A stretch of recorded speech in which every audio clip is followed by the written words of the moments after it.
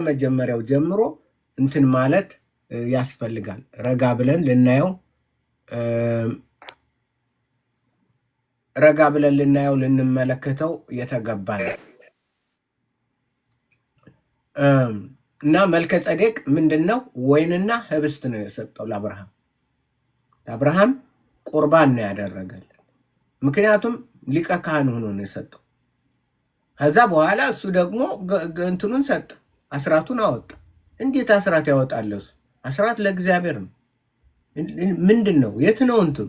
እና ስናጠና መጽሐፍ ቅዱስን ልዩ በሆነ መልኩ ልናጠናው፣ ልንፈትሸው፣ ልንገነዘብ ይገባል። ዝም ብሎ አውጥቶ አይናቸውን ጨፍነው ሙስሊሞች እንደሚሉት እኛም ማንበብ የለብንም፣ መጠየቅ።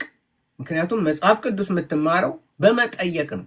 እግዚአብሔር አላህ ነው አትጠይቁ የሚለው። ትጠፋላችሁ፣ አትጠይቁ። እግዚአብሔር ደግሞ ጠይቁ፣ አንኳኩ፣ ለምኑ፣ ፈልጉ፣ ጠይቁ፣ ትማራላችሁ።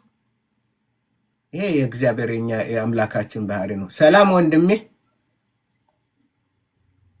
ሰላም ጤና ይስጥልኝ። እንዴት ነዎት? ይቅርታ፣ በጣም ይቅርታ። ሰላም ነው? ደህና ነኝ ጌታ። ችግር የለውም። ኧረ አዎ፣ ያው እንትኑ እንደዛ ስለሚል ህይወት ኢየሱስ ይመጣል ስለሚል ብዙ ጊዜ ሰው ወንድ ይመስለዋል። እና እንዴት ናችሁ? ደህና ናችሁ ወይ? ሰላም ነን እኛ እግዚአብሔር ይመስገን። በጣም ደስ የሚል ውይይት እያደረጋችሁ ነው። አሁን ይሄ ሰውዬ በጣም እንግዲህ አሁን ካንተ ጀርባ ያለው ሰው ይሄ ሼኪ እንግዲህ በጣም ይወዱታል ሙስሊሞች እና ጥሩ ሰው ነው፣ ጎበዝ ነው ምናምን ይሉታል። እኔ አንዳንዴ ቁጭ ብዬ አዳምጠዋለሁ። መጽሐፍ ቅዱስ ሲያነብ ከፍሎ ነው የሚያነባው። እግዚአብሔር ምስክሬ። አሁን እሱ ከፍቶ ያነበበው መጽሐፍ ነው አይደል? እኔ ከፍቼ እያነበብኩ ኢየሱስ ጌታ ነው ምለው ወይም ክርስቶስ ኢየሱስ አዳኝ ነው ብዬ ማምነው እዛው ተጽፎ ነው ያለ።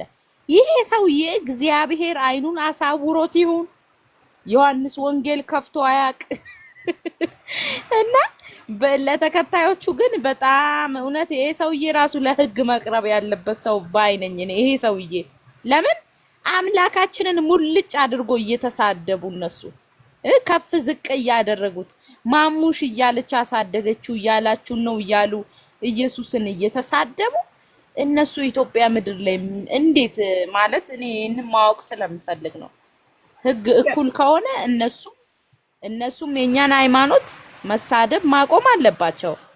በእውነቴን ነው መልክ እግዚአብሔር ሁለት ምስት አለው እያለ ሲሳደብ ምንድነው የሚሰማው ክርስቲያኑ እንዴ? እንደዚህ እያሉ እየተሳደቡ እነሱ ብቻ መፍት የሚያገኙ እነሱ ብቻ አይችሉም። እኛም በህግን ሞግታቸዋለን። እነዚህን ቁራቁምቦ ሰብስበን ወደ ህግ መቅረብ አለባቸው። እንደዛ ባይነኝ እኔ። ለህግ መቅረብ አለባቸው። አምላካችንን ከፍና ዝቅ እያደረጉ እየተሳደቡ እነሱ አይመኑ፣ እኛ እናምንበታለን አይደል እንዴ? እነሱ አሁን እፎይ እኮ ከተጻፈ ውጪ እኮ ምንም ሌላ ያነበበው ነገር የለም። በቃ የተጻፈውን አነበበ እንጂ የራሱን ሐሳብ ጨምሮ አልተናገረ። ግን በቃ በጣም ይቅርታ አድርጊልኝ እህታችን ኢየሱስ የምትይው ልጅ እስቲ ማንበብ እስቲ እፎይን ያነበበውን እስቲ አንብቢልኝ እስቲ። አቤት እፎይ ያነበበው ነው አልሰጠሁትም። ምን የስድስት ዓመት ነው አልሰጠሁትም። የስድስት ዓመት ሌላው ተይው መጣው እንደዚህ እንትን የሚያረጉ አቅጣጫ ስራቸው ምን መሰለሽ? ለማሳት ነው አቅጣጫ እንትን ማለት ነው። ይሄ ስራቸው ነው፣ የጨለማ ስራ ነው። እና አልሰጠሁትም እውነት ወይ እንትን በላላለ ወንድሞቼ የአጋንንት ስራ እና ምንድነው እኔ ራሴ ሰልሜ ነበር ልጅ እያለን። ምን ብለው ነው ሲያሰልሙን የነበረው? አላህ እውነተኛ ነው፣ ሌላው ሁሉ ውሸት ነው፣ አላህን ከተከተሉ ጀነት ይገባሉ ብለው እኔን አስልመው ሙስሊማ ብለው ስም አውጥተው ሻዳ ሲዘውኝ እየሰገድኩ ነበረ። ያው ኢየሱስዬ ደርሶ ባያወጣኝ ዛሬ ወደ ቀብር ሂጄ ነበረ። እግዚአብሔር አስፈልጦኝ ነውና ምንድነው ከውጭ የሚያወሩትና ወደ ውስጡ ገብተህ የምታየው አንድ አይደለም። ገባክ? የክርስቲያንን ደም ካልጠጣ ይሄ እኮ አጋንንት እኮ ነው። አጋንንት የተጸናወተው የክርስቲያንን ደም ካልጠጣ የክርስቲያን ደም ካልፈሰሰ ጀነት አይገባም። በጌታ በኢየሱስ ስም የፈረሰ ይሁን። ይሄ አጋንንት የተጸናወተው ያ ምንድነው? ይሄ ለምሳሌ ምንድነው አንቺ ያመጣሽው ዋና ነጥብ ምንድነው? አቡ ሃይደር ያለው ምንድነው? እኛ የሸያጢን ወንድምና እህቶቻችን ናቸዋል። ራስሽን አሳልፈሽ ለሰይጣን መስጠት ማለት ነው። ለነዚህ እንትን ጅኒዎች ትልቅና ወንድሞቻችን ሴቶች እና እንትኖች አሉ የኛ ወንድሞችና እህቶች ናቸው። ስለዚህ አሁን ምንድነው ጳውሎስ ያለው? ሰይጣን ያጣምማል፣ የሰዎችን አእምሮ ይዝና ያጣምማል። ስለዚህ እኔ የጅኒ ነኝ ብዬ ካልኩኝ በጅኒ ነው ማምን ብሎ ካለ እንዲረዳ መጽሐፉን ሲገልጥ የሚያሳየው ጅኒው ምንድን ነው? እርኩስ መንፈስ። ይህን እንደገና እንትን እለዋለሁ። እሱ ብቻ አይደለም እኮ ይኸውልህ የጅኒ ምዕራፍ አለ፣ ሱረቱል ጅኒ አለ። ሱረቱል ጅኒ ስታነቡት ሙሉ አንቀጹን እኔ እያነበብኩ ነበርና ሱረቱል ጅኒ ስታነብ ምንድነው የሚለው? ሱረቱል ጅኒ እንግዲህ ጅኒ ማለት ያው ሰይጣን ማለት ነው። ሰይጣን ማለት ነው። አቡአደር ሰይጣን ወንድምና እህቶቻችን ናቸው ብሎ በአንደበቱ ተናግሯል። ማንም ያውቃል ይሄንን። ጅኒ ደግሞ አፍንጫቸው ላይ እንደሚሸና አብረው ወርሺፕ እንደሚያደርጉ አላን ከጅኒ ጋር እንግዲህ እኛ ከጅኒ ጋር ህብረት የለንም። ዲያብሎስ ነው ጅኒ፣ የተጣለው ዘንዶ ነው አይደል እንዴ? እግዚአብሔር ለዘላለም ወደ ፍርድ ወይም ወደ እሳት ባህር ሊጥለው ቀን የቀጠረለት ነው ጅኒ። ጅኒ ከኔ ጋር ህብረት የለውም። እኔ ክርስቶስ ነኝ፣ አምላኬ እግዚአብሔር ነው። ጅኒ ደግሞ ቀን ተቀጥሮለታል፣ ወደ እሳት ባህር ይጣላል። እኔ ወንድሜ ሊሆን አይችልም ጅኒ። ከጅኒ ጋርም አልጋባም፣ ወንድሜም አይደለም። ያው እነሱ ሲሉ ነው። ግን የሱረቱል ጅኒ 73 ቁጥር 72 ላይ ሄደ ስታነብ 72 ቁጥር ቁርአን 72 ስለ ጅኒ አንብብ። ያው ሱረቱል ጅኒ ይላል ራሱ አጋንንቶች ማለት ነው።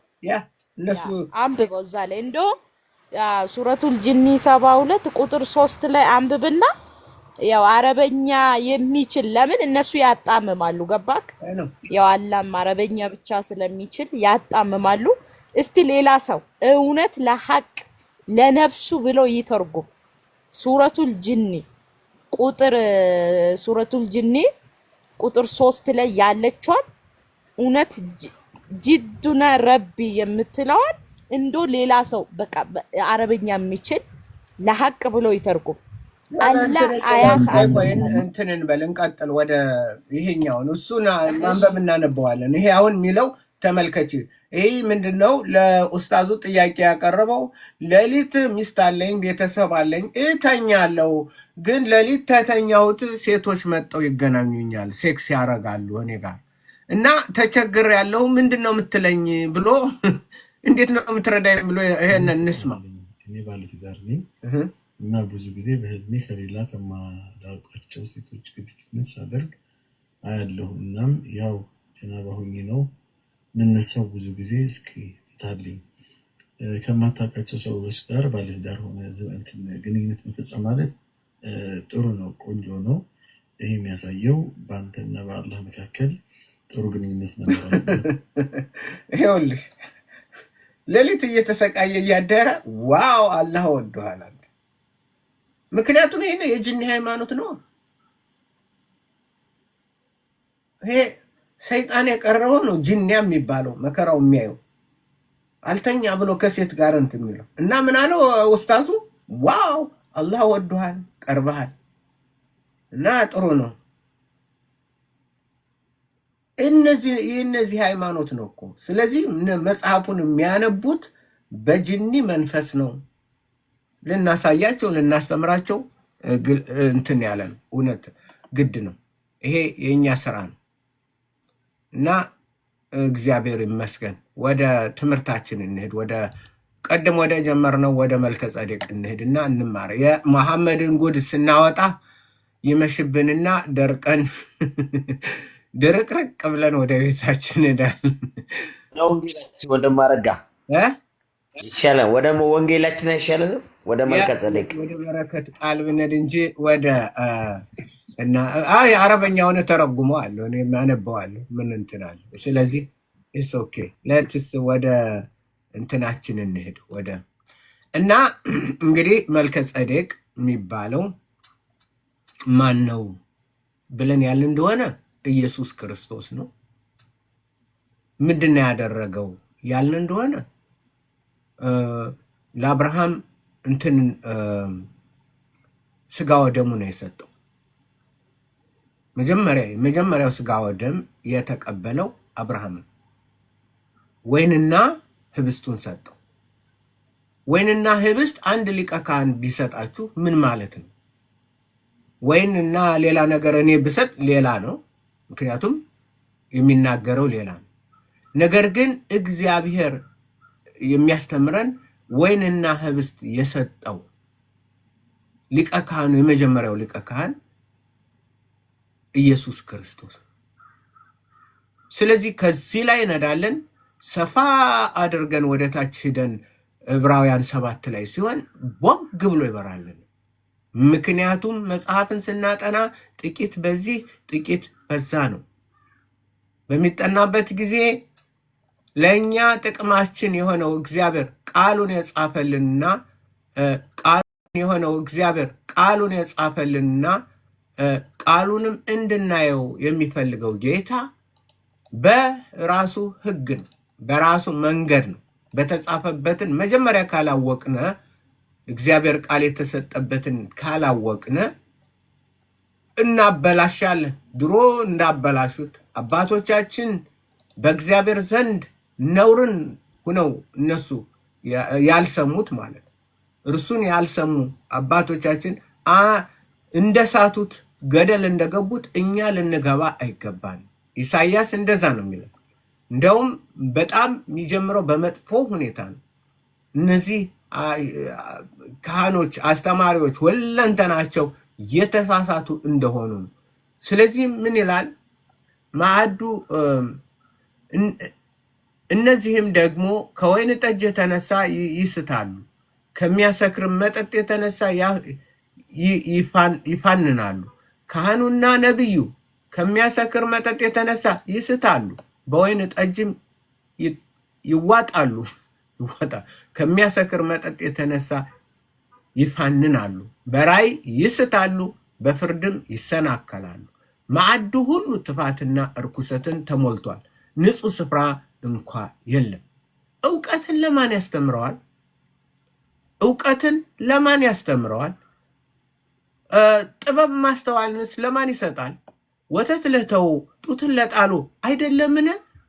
ትእዛዝ በትእዛዝ ትእዛዝ በትእዛዝ ስርዓት በስርዓት ስርዓት በስርዓት ጥቂት በዛ ጥቂት በዛ ነው።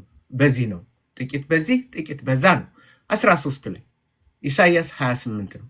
ስለዚህ ሄደው ወደኋላ እንዲወድቁ እንዲሰበሩም ተጠምደው እንዲያዙ የእግዚአብሔር ቃል ትእዛዝ በትእዛዝ ትእዛዝ በትእዛዝ ስርዓት በስርዓት ስርዓት በስርዓት ጥቂት በዚህ ጥቂት በዛ ይሆንባቸዋል።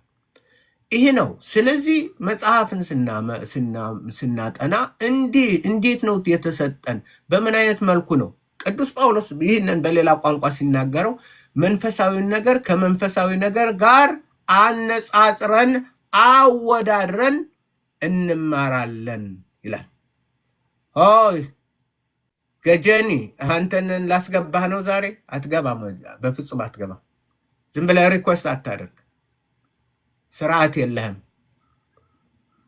እሺ ከኔ እንትን ውስጥ ገብተህ ከኔ እንትን አትልም። የሚፈልጉ ለመማር የሚፈልጉ በስራ ስርዓት የሚጠይቁ ነው። ጉርጋጡና ምናምንቱ ቦታ የለኝም። ምክንያቱም ጊዜን ሰዎች እዚህ ያለሁት ሰዎችን እንትን ለማለት ነው። እና ዝም ብሎ መጥቶ የምትቀልድበት አይደለም። መጽሐፍ ቅዱስን የተማርኩት እንደዛ አይደለም፣ ላስተምርም ነው። ስለዚህ የእግዚአብሔር ቃል እንደዚህ ነው። ሙስሊሞች የተሰናከሉት ምንድን ነው? ኢሳይያስ ተናግሮታል። በቃ ስለዚህ ሄደው ወደ ኋላ እንዲወድቁ እንዲሰበሩም ተጠምደው እንዲያዙ የእግዚአብሔር ቃል ትእዛዝ በትእዛዝ ትእዛዝ በትእዛዝ ስርዓት በስርዓት ስርዓት በስርዓት ጥቂት በዚህ ጥቂት በዛ ይሆንባቸዋል። ይሄ ነው። ይህንን ካላወቀ አንድ አስተማሪ፣ አንድ ፓስተር፣ አንድ ምንድን ቴዎሎጂ የቴዎሎጂ አስተማሪ ማንም ይስታል። አንድ የሃይማኖት እስልምናም እንደዛ ነው። እስልምናም እንደዚህ ነው። ዝም ብሎ ጥቅሱን ያነሱና እና አቡ ሃይደር ዛፏን ረገማ ጡት ጠጣ እንትን አለ ምን አለ ምን አለ ምንድን ነው? ኢየሱስ እንትን አላለም። ያ ይሄ ነው እናንተ ይሄ ነው። ስለዚህ እንደዚህ ጥቂት በዚህ ጥቂት በዛ በዚህ መሰረት ነው እግዚአብሔር በር በከፈተልን በሰጠን መንገድ በእግዚአብሔር መንገድ የእግዚአብሔርን ቃል እንማራለን። ስለዚህ እናወጣለን፣ እናወራለን። ህግና ስርዓት አለው በውስጥ ስርዓት በስርዓት ስርዓት በስርዓት ህግ በህግ አለው። መጽሐፍ ቅዱስ እንደዛ ነው። ዝም ብሎ ብድግ አድርገህ ምንትን የምትለው መጽሐፍ አይደለም። ያ ከሆነ አደጋ ነው። አደገኛ መንገድ ላይ ነው ያለው። አደገኛ አወዳደቅ ትወድቃለህ። ያስ አደገኛ አወዳደቅ ትሰበራለህ፣ ትደቃለህ፣ ትፈጫለህ። እንደነ ዶክተር ዛኪር ናይክ እንደ ሌሎች እንደ አህመድ ዲዳት አወዳደቅ ይሄ ከፋ ይሆነ። ስለዚህ መጽሐፍ ቅዱስን ከፍታችሁ የምትማሩ መጽሐፍ ቅዱስ እንዴት ላጥና፣ በምን መልኩ ነው እግዚአብሔር እንዳጠና የሚፈልገው፣ በምን መልኩ ነው እንዳውቅ እግዚአብሔር ከኔ የሚጠይቀው ብሎ አንድ ሰው መጀመሪያ መፈተሽ አለበት። መጀመሪያ አካሄዱን አይቶ ስንቁን ይቀሙታል ይላሉ። አካሄድህን ያህል አካሄድህ በምን አካሄድ ነው የምትሄደው፣ በምን መልኩ ነው የምትሄደው እንጂ እንደነዚህ እንደ አጋንንት ልጆች ዝም ብሎ መጽሐፍ ቅዱስን አጣመሙ። በጳውሎስ ጊዜ የሰይጣን ልጆች ተባሉ፣ የአጋንንት ልጆች ተባሉ፣ የሰይጣን የአጋንንት ልጆች ተባሉ አባቶቻችን። እነዚህ ነፍስ የሚወጋ እንትን ያላቸው እኛም እንደነሱ እንዳንሆን ልንጠነቀቅ ይገባል። ስለዚህ መልከ ጸዴቅ መጀመሪያ መጣ። አንደኛ የሳሌም ንጉሥ ነው። ያኔ ሳሌም የሚባል የለም፣ ቦታው የለም። ምክንያቱም ሳሌም የሚባለው የመጣው በምን ጊዜ ነው? በንጉሥ ዳዊት ጊዜ ነው። ንጉሥ ዳዊትን እንትን አረገ። የሳሌም ንጉሥ ስለ ሳሌም ያለን እንደሆነ የፈለግን እንደሆነ ሌላ ቦታ መፈለግ አለብና ምንድን ነው ሳሌም የት ላይ እናገኘዋለን ብለን እንፈልጋለን። ቦታውን ማለት ነው። መልከ ጸዴቅ የስሙ ትርጉም አለው። ሳሌም ወይም ሻሌም ይላል። ሻሌም ማለት ሙሉ ማለት ነው። እስኪ እንየው ትርጉሙ። ሻሌም Strong's H 8004 ሻሌም ወይም ሻሎም ይባላል። ሻሌምም ነው። ሳሌም ወይም ሻሌም ይቅርታ፣ ሳሌም ወይም ሳሌም የት ላይ እናገኘዋለን ያልን እንደሆነ ሻሌም ማለት ሰላም ማለት ነው።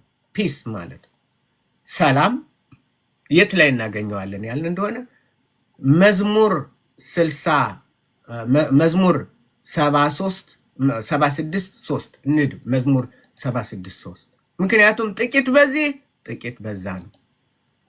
መዝሙር 76:3 መዝሙረ ዳዊት 76:3 የቦታው ሳሌም የሚለውን የምናገኘው የሚብራራልን እዛ ቦታ ላይ ነው። ጥቂት በዚህ ጥቂት በዛ ነው። ጥቂት በዚህ ጥቂት በዛ ነው። እግዚአብሔር ስሙ ይባረክ። ምን ይላል መዝሙረ ዳዊት? እግዚአብሔር በይሁዳ ታወቀ፣ ስሙም በእስራኤል ታላቅ ነው።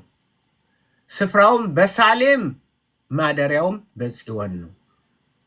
እግዚአብሔር ስፍራ የት ነው የተገለጸው? በሳሌም። ይህ መልከ ጸዴቅ እንትን ያለው ማለት ማደሪያውም በጽዮን ነው። ጽዮንና ሳሌምን አንድ ላይ አስቀመጣቸው። ማንና ማንን? ጽዮንና ሳሌም። የሳሌም ንጉሥ ማን ነው? ሳሌም እናውቀውም። ሳሌም ይባል ምናምን ኖ፣ መጽሐፍን ማውጣት ማውረድ አለ። ስፍራውም በሳሌም ማደሪያውም በጽዮን ነው። በዛም የቀስትን ኃይል ጋሻን ሰይፍን ለሰልፍም ሰበረ፣ ሰይፍንም ሰበረ። በዛም ቀንዶችን ሰበረ። የማንን? የጠላቶችን ቀንዶች ሁሉ የሰበረበት በምንድን ነው? በሳሌም ነው። ጦርነትን ያደቀቀበት የተዋጊን ኃይል ሁሉ ድል ያደረገበት እግዚአብሔር በሳሌም ላይ ነው። በሳሌም ላይ ነው። በዛም የቀስትን ኃይል ጋሻን ሰይፍንም ሰልፍንም ሰበረ። በዛም ቀንዶችን ሰበረ። አንተ በዘላለም ተራሮች ሆነህ በድንቅ ታበራለህ ይለዋል። ዘላለም። ስለዚህ ከምንድነው የሚለው? ሳሌም ሳሌም ሳሌም ሳሌም። እና እግዚአብሔር ምን ሰጠው? ወይንና ህብስትን ሰጠው። የመጀመሪያ የወይንና ህብስት ለአብርሃም የሰጠው የመጀመሪያው ካህን የእግዚአብሔር ልጅ ኢየሱስ ነው። እንደዛ ነው የምናጠነው። ምን አደረገው? መስጠት ብቻ አይደለም፣ ሌላም ያደረገለት አለ። ምንድነው ያደረገው? እንመለስና ዕብራይስጡን እንትንለዋለሁ፣ ተረጉምላችኋለሁ።